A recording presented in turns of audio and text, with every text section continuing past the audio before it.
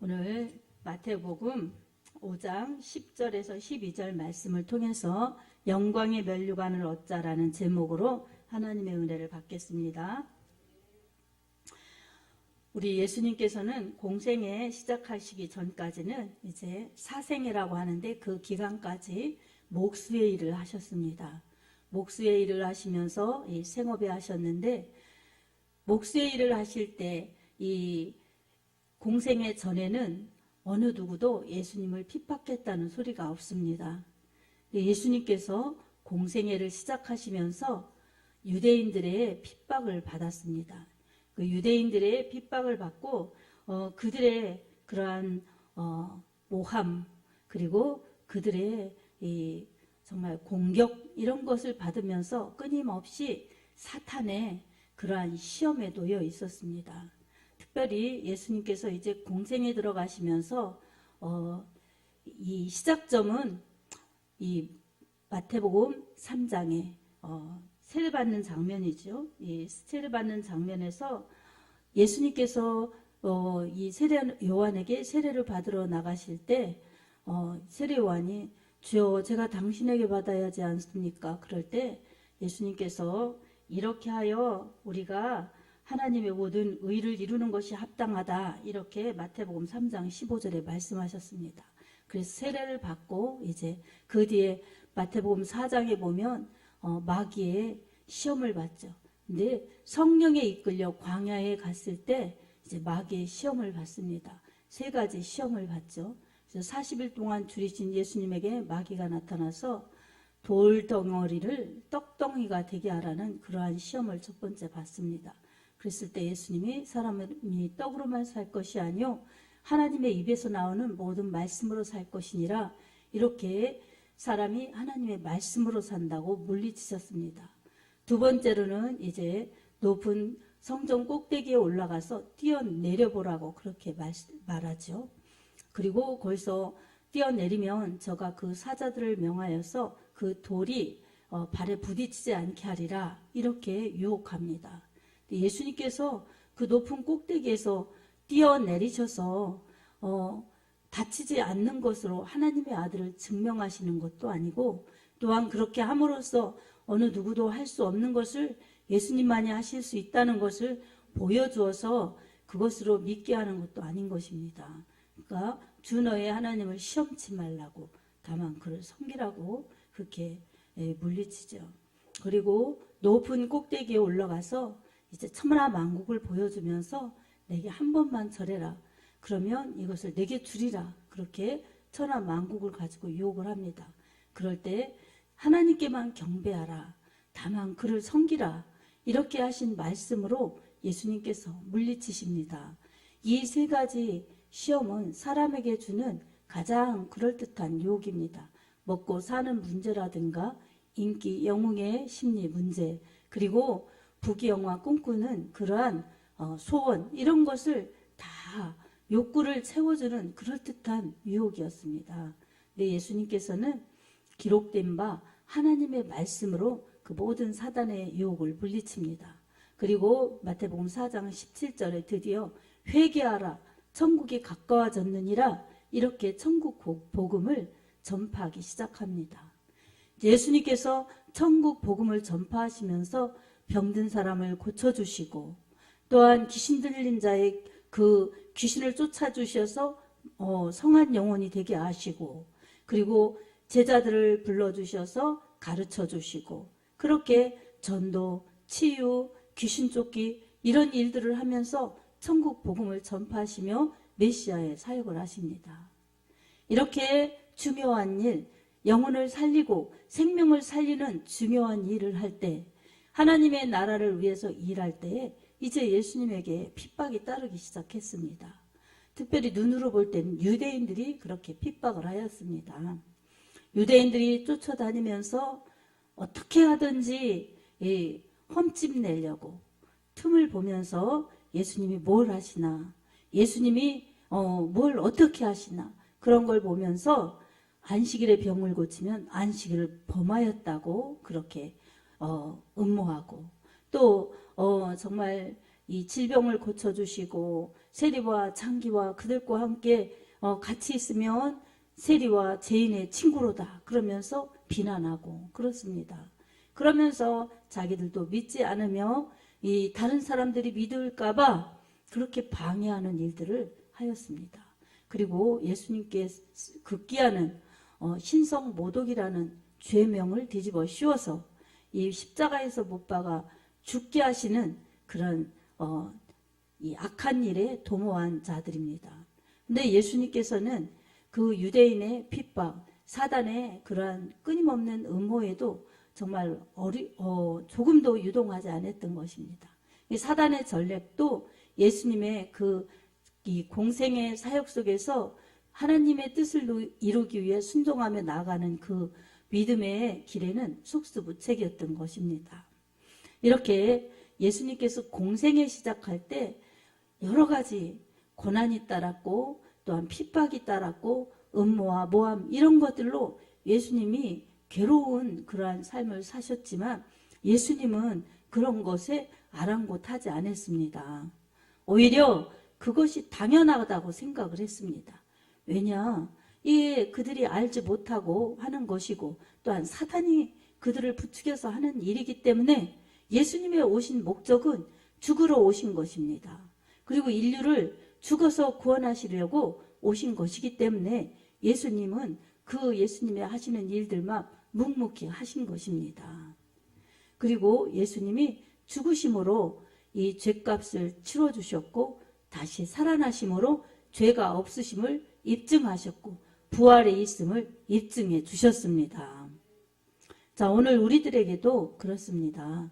예수님을 믿는데 여러분 핍박도 없고 아무 방해거리가 없으면 그 사람은 이 사단이 그냥 내두는 거예요.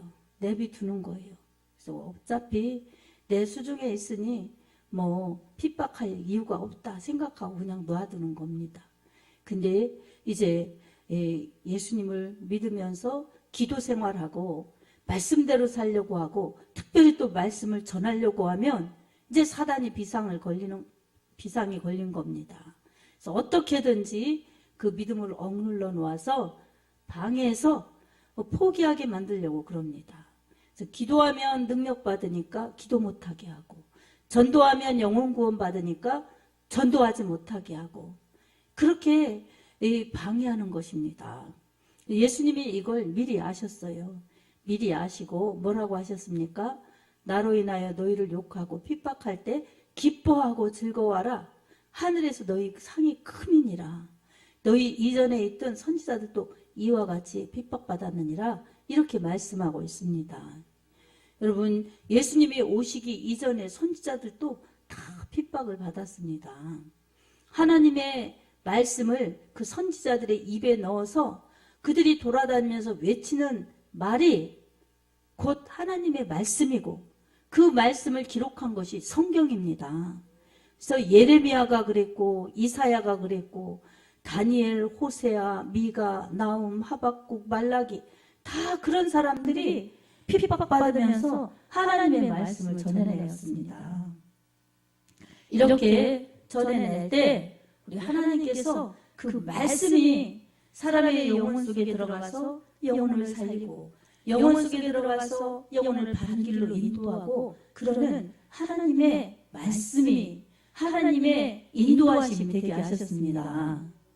믿는 자는 구원이고 믿지 않는 자는 영벌에 처하는 것이 예전이나 지금이나 마찬가지입니다.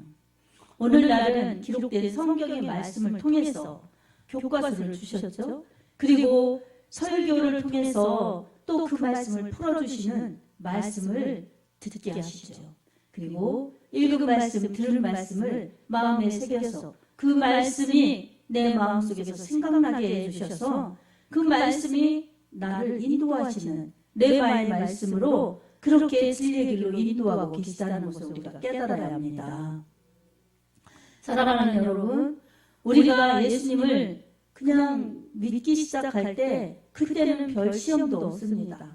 믿기 시작할 때 못 믿게 하려고는 사단의 방해도 있지만 그래도 어찌어찌해서 교회를 다니기 시작하면 그때는 그렇게 큰 시험이 없어요. 내가 어떻게든지 이 교회에 가지 말게 마음이 귀찮게 만들고 교회를 왜 가나 방황하게 만들고 의심하게 만들고 이런 시험은 있지만 막 핍박하는 거는 열심히 시작할 때부터입니다. 아멘. 그래서 기도하고 정말 열심히 예수님 믿으려고 하고 또 하나님 말씀에 순종하려고 하면 그때부터 핍박이 가해집니다. 가족이라든가 주변에 있는 동료라든가 직장 동료라든가 또한 친구들이라든가 이 주변에 있는 사람들을 통해서 핍박이 옵니다. 뭘 그렇게 열심히 다니느냐, 뭐 교회 가면 뭐 그렇게 생기느냐, 뭐 이 시간 낭비하느냐, 뭐 돈 갖다 바치느냐, 이렇게 정말 말도 되지 않는 것들을 끌어다 당기면서 어떻게 해든지 그 영혼을 실족시키려고 그렇게 핍박을 하는 것입니다. 그런데 우리가 여기서 잘 알아야 될 것은 그게 당연한 것입니다.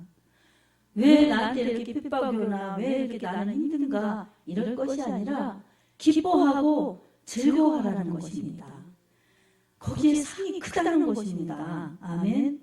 여러분, 핍박받는 것만큼 정말 이 고통당하는 것만큼 우리 하나님께서는 다 면밀히 보시고 아시고 그것을 견디는 만큼 믿음이 굳세어지고 그것을 이기는 만큼 믿음이 커지면서 견디고 또한 굳세어지면서 믿음으로 열매 맺는 만큼 우리의 상이 되는 것입니다. 전도 우리가 하는 것도 사실 어떤 영혼이 구원받을지 모르지만 어느 영혼이라도 구원받을 수 있는 하나님의 축복의 기회이고 전도하는 전도자의 상급입니다. 그래서 전도는 다른 사람 영혼도 살리는 좋은 일이지만 하나님의 영광을 드러내는 가장 복 있는 일이고 내 영혼의 때를 복되게 준비하는 상 받는 일인 것입니다. 우리는 상이 목적이 아니라 먼저 나를 구원해 주신 하나님의 은혜가 너무 감사하여서 기도하고 전도하는 것이 마땅하고 당연한 것이 되어야 합니다. 여러분, 물에 빠졌다가 나온 사람이 나 나왔다고 이제 다음 사람 들어가서 후적거리는데 죽는 것을 그냥 즐기면서 볼 사람이 어디 있겠습니까? 그건 우리의 양심에 허락되지 않죠. 그래서 거기 빠지면 큰일 난다고 알려줘야 되고 거기 빠졌으면 어떻게든지 나올 수 있게 가진 방법을 동원해서 나올 수 있게 구출하려고 하는 게 우리의 선한 양심이 하여야 하는 일들입니다.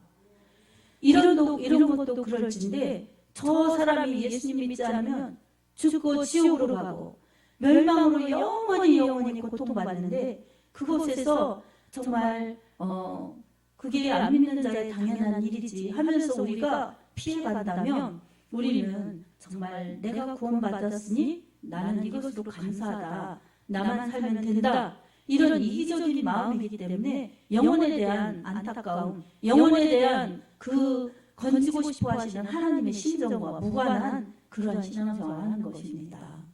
오늘도 우리는 이것을 살펴보면서 주님을 위해서 주님 때문에 열심히 신앙생활 잘하고 주님 믿는 것 때문에 모함받고 박해받고 이런 핍박이 따르는 것은 기뻐하고 즐거울 일이지 정말 근심하고 염려하고 불쾌하고 불화할 일이 아니라는 것입니다. 우리에게 잘못하면 핍박 받을 때 정말 나는 왜 이렇게 예수님을 잘 믿고 잘해보려고 하는데 이런 어려움이 따르나 이러면서 절망하거나 실망하면 안 됩니다. 그것은 속는 것입니다. 오히려 참 이게 당연한 것이지. 우리 주님께서도 병자 고치셔, 귀신 쫓아내 주셔, 정말 슬픔이 있는 곳에, 불행이 있는 곳에, 저주가 있는 곳에 이렇게 정말 주님이 찾아오셔서 썩어가는 세상, 죽어가는 사람들 가운데 오셔서 주님이 피 흘려 죽으시면서 우리를 구원하여 주셨는데 그 피로 내가 구원받았는데 어찌 전하지 않을 수가 있을까?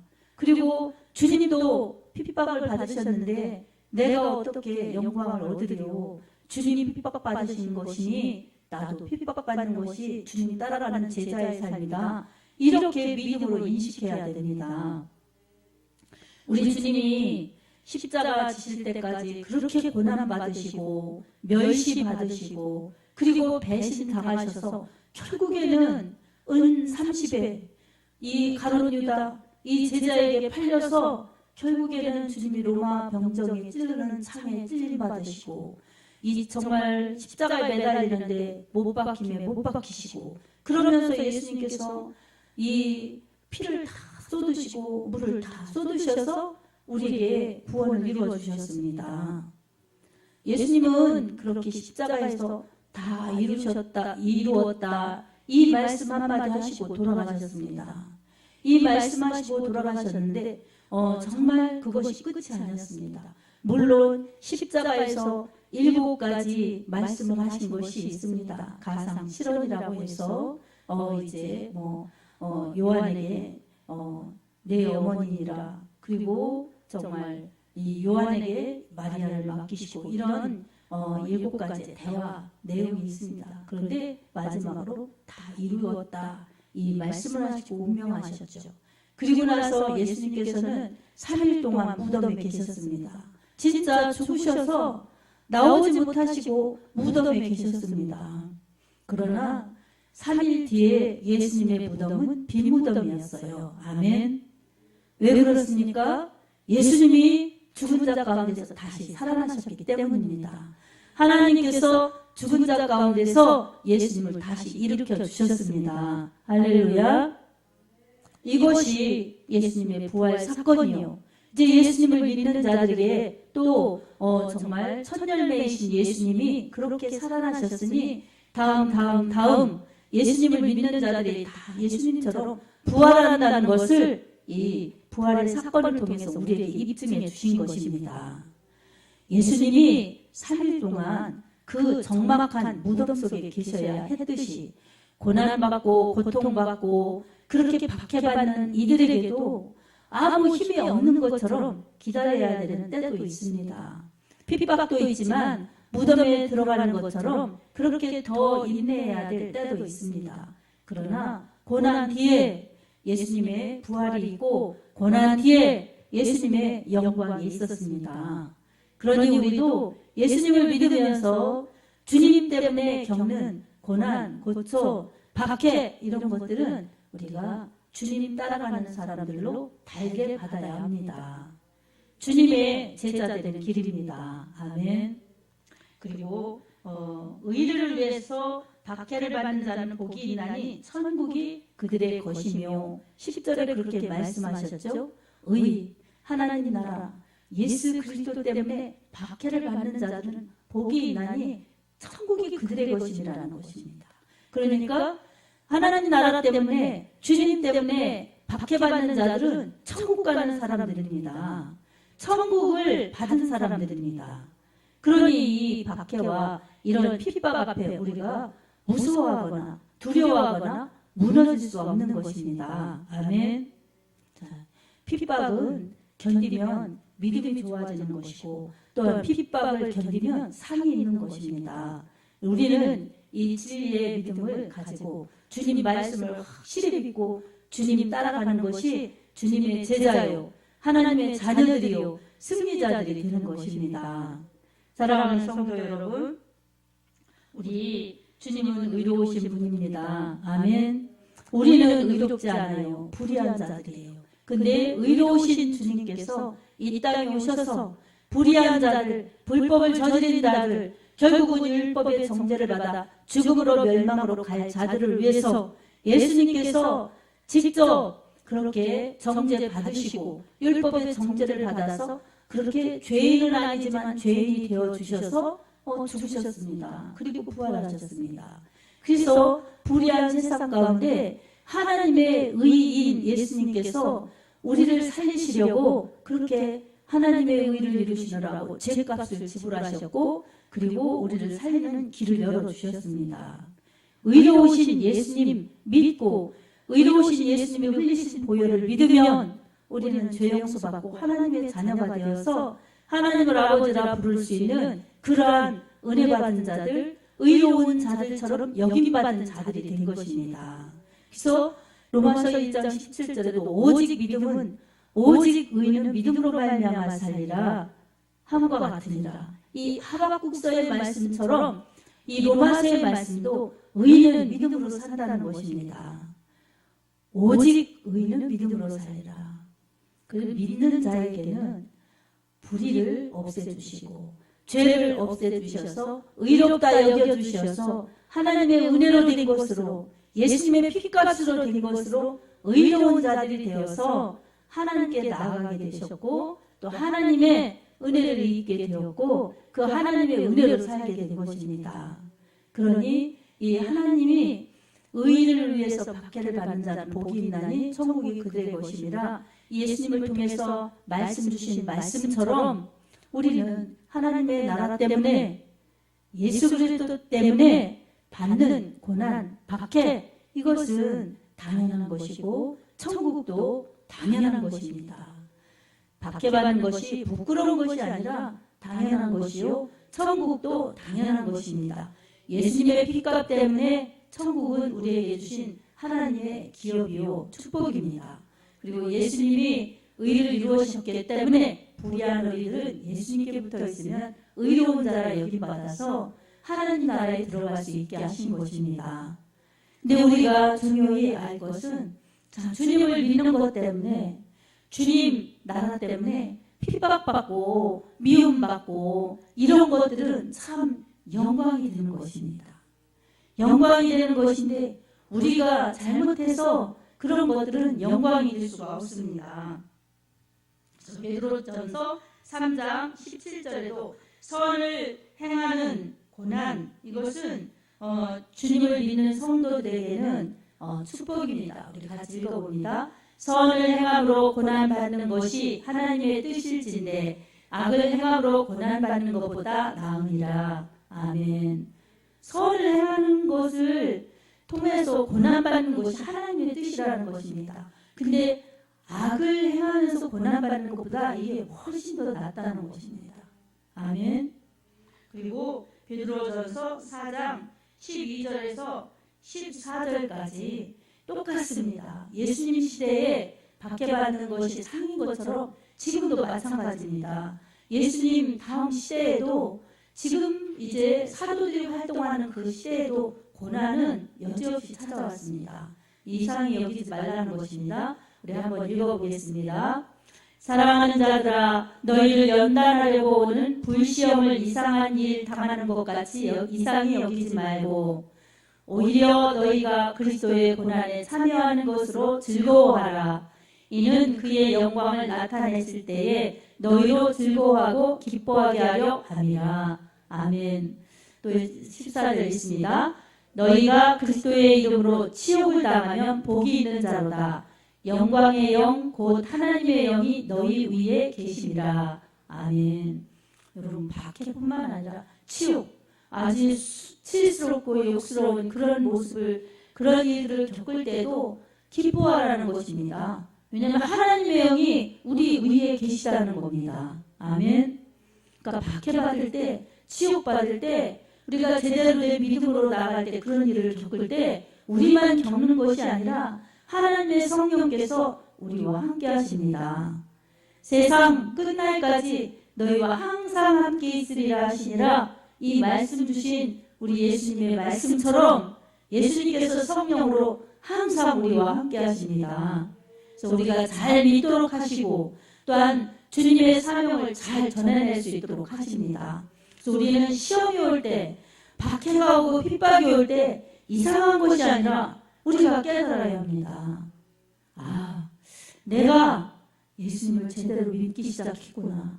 아, 내가 예수님을 잘 믿으려고 하니까 이런 일이 오는구나. 그리고 내가 이제 복음을 전하는 하나님의 일을 하는 주님의 동역자로 쓰임받는 것이구나.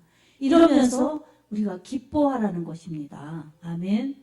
얼마나 심오한 하나님의 말씀입니까? 눈으로 볼 때, 육신으로 볼 땐 이게 무슨 기뻐할 일입니까? 예수님 믿으면 상이 바로 오고 축복이 바로 나타나야지 핍박이 오고 또한 모함이 오고 박해가 오고 고통이 오고 그러면 내가 예수를 믿는데 왜 이런 일이 있는가? 의문이 생기고 하나님을 원망하거나 하나님을 의심하거나 이런 그러한 흔들리는 믿음이 될 수 있습니다. 네, 그러지 말라는 것입니다. 이상히 여기지 말라는 것입니다. 그거는 당연한 것이라는 것입니다. 아멘. 우리가 조금만 무슨 일을 하고도 열매가 없으면 하나님이 나는 안 사랑하시나, 그리고 내가 기도했는데, 내가 전도했는데 내가 왜 이렇게 어려운가, 나 또 봉사했는데 왜 또 이렇게 집에 이 기도응답은 안 나타나고 이렇게 또 이런 현상이 나타나나, 이러면서 여러분 마음 아프거나 흔들릴 수가 있습니다. 그러나 그것은 마귀의 간악한 속임수입니다. 아멘. 속지 말아야 됩니다. 고난 뒤에 축복입니다. 아멘. 고난 뒤에 영광입니다. 이 원리를 우리가 잊지 말아야 됩니다. 아멘. 그래서 언제나 우리는 말씀에 의지해서 주님을 믿고 따르면서 흔들리지 않는 믿음으로 나아갈 수 있도록 늘 기도에 힘써야 됩니다. 늘 기도에 힘쓰면서 그렇게 말씀에 의지해서 주님 뜻대로 순종하면서 그렇게 사명을 감당할 때에 예수 그리스도를 제대로 믿고 예수 그리스도께서 나를 통해서 하시려는 일들을 제대로 감당할 때에 박해가 오고 핍박이 와도 그것은 나중에 당한 만큼 훨씬 더 영광으로 상급으로 바뀐다는 사실을 성경은, 주님은 이렇게 말씀하고 계십니다. 자, 그것을 주님 말씀하신 것만이 아니라 바울도 그렇게 말씀으로 우리에게 기록하고 있습니다. 여러분, 바울도 어떻습니까? 예수님 믿는 사람들을 잡아다가 내어주면서 또 그렇게 교회를 박해하고 핍박하던 자가 예수님을 만나고 나서 완전히 180도로 바뀌어서 복음을 전하는 그러한 사람으로, 전도자로 바뀌었습니다. 그러니까 자기가 전하면서도 내가 얼마 전까지만 해도 예수님을 핍박했던 사람인데 내가 지금 예수님을 만나서 이제는 예수님을 전하는 사람으로 바뀌었다. 이런 말씀이 군데군데 나옵니다. 사람들도 그럽니다. 저 예수를 박해하던 자가 예수님을 전한다고? 믿는다고? 그거 위험한 거 아닌가? 이렇게 불신하는 사람들도 있었습니다. 그래서 바나바가 바울을 데리고 사도들과 만나게 하지요. 그래서 바나바는 그렇게 바울이 큰 일을 하는데 정말 좋은 역할을 한 그런 사람입니다. 그래서 교회도 이렇게 바나바 같은 그러한 섬김의 사람들이 있어야 됩니다. 다른 사람이 예수님을 잘 믿도록, 그리고 예수님 핍박하는 사람이 예수님을 이제 믿는데 다른 사람들이 오해하고 그 오해가 불거지면 그 사람이 주님 일하는데 장애가 되고 주님이 그 사람을 쓰시는데 회방거리가 되니 이 바나바가 그렇게 중간 역할을 잘한 것입니다. 그래서 전도자도 돼야 되지만 양육하는 그런 양육자들도 많이 있어야 됩니다. 그래서 이 교회가 은혜롭게 갈 수 있도록 하는데 이런 숨은 헌신자들이 있는 것입니다. 그래서 사도 바울도 예수님을 만나서 한 번도 성경상 보면 뒤돌아보지 않고 한 번도 방황하지 않고 초지일관 끝까지 예수님을 믿고 전하는 일에 힘쓰다가 영광스럽게 순교하였습니다. 아멘. 영광스럽게 부귀영화를 누린 것이 아니라 영광스럽게 그렇게 끝까지 사명을 감당한 것입니다. 무슨 영광스럽게 사명을 감당하였습니까? 바로 고난을 감당하면서 핍박을 감당하면서 그렇게 주님을 전해낸 것입니다. 그래서 이 소아시아 7교회들 보면 그런 교회들이 이렇게 탄생되었고 또한 성령이 그렇게 역사하셔서 많은 영혼들이 주께로 돌아오게 하는데 이 선교를 하며 교회를 세우며 영혼 구원에 힘쓰고 영혼 양육에 힘써 수많은 제자들을 낳게 하고 예수 믿는 주의 백성들, 주의 자녀들을 낳게 한 것입니다. 이런 위대한 업적은 다 성령께서 그를 사용해 주셨기 때문입니다.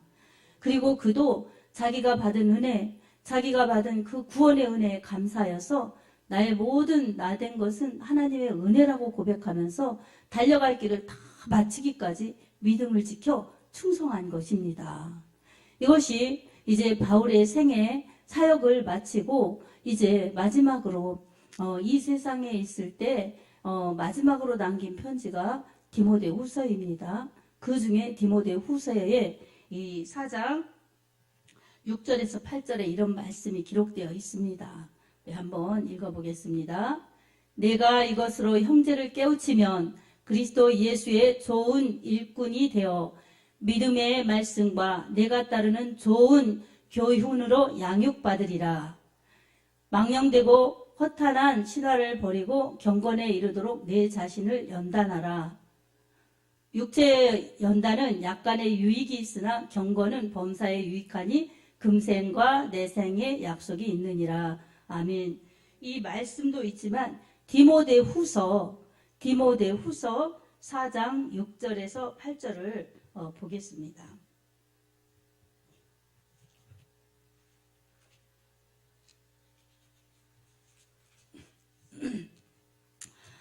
마지막 요한과도 같은 그러한 고백입니다.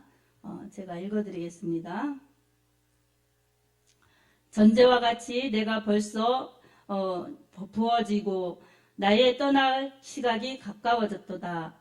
나는 선한 싸움을 싸우고 나의 달려갈 길을 마치고 믿음을 지켰으니 이제 후로는 나를 위하여 의의 면류관이 예비되었으므로 주 곧 의로우신 재판장이 그날에 내게 주실 것이며 내게만 아니라 주의 나타나심을 사모하는 모든 자에게 도니라. 아멘.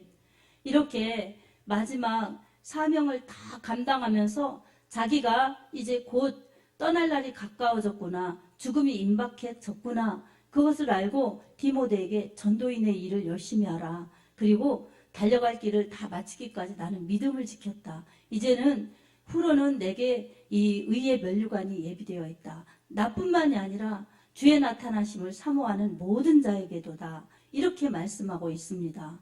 그렇습니다, 여러분.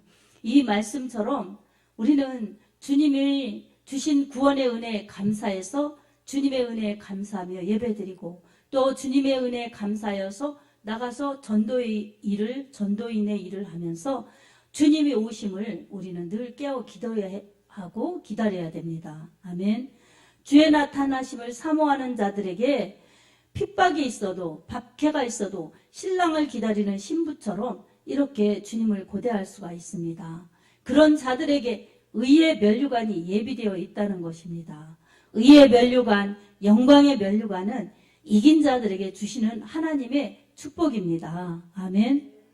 주님을 기쁘시게 하면서 주의 뜻을 이루고 주님의 사명을 감당하고 그리고 주님을 기다린 자들에게 주시는 주님의 축복입니다. 우리는 이것이 우리의 결론이 되어야 합니다. 아멘. 그래서 우리가 믿는 믿음 때문에 주님 믿는 것 때문에 때로는 어려움 당하고 때로는 애매한 소리도 듣고 때로는 또 복음 전할 때 핍박도 받고 그럴지라도 두려워하거나 우울해하거나 원망하거나 그래서는 안 되는 것입니다. 사랑하는 여러분, 기뻐하고 즐거워하십시오. 하늘의 상이 클 것입니다. 내가 잘못해서 겪는 것은 그건 부족하고 어리석어서 겪는 것이니 잘못해갖고 겪으면서 고난이라고 상을 기대하면 안 되겠죠. 그것은 회개하면서 지혜를 달라고 우리 하나님께 기도해야 되겠죠.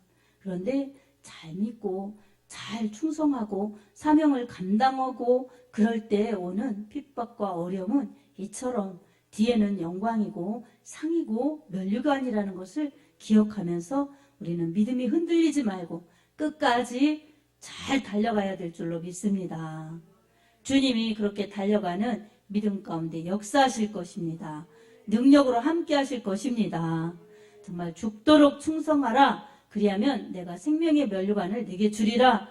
요한계시록 2장 10절의 말씀처럼 죽도록 충성하여서 생명의 면류관, 영광의 면류관, 의의 면류관 받는 그러한 믿음의 주역들이 되기를 예수님의 이름으로 축복합니다. 아멘.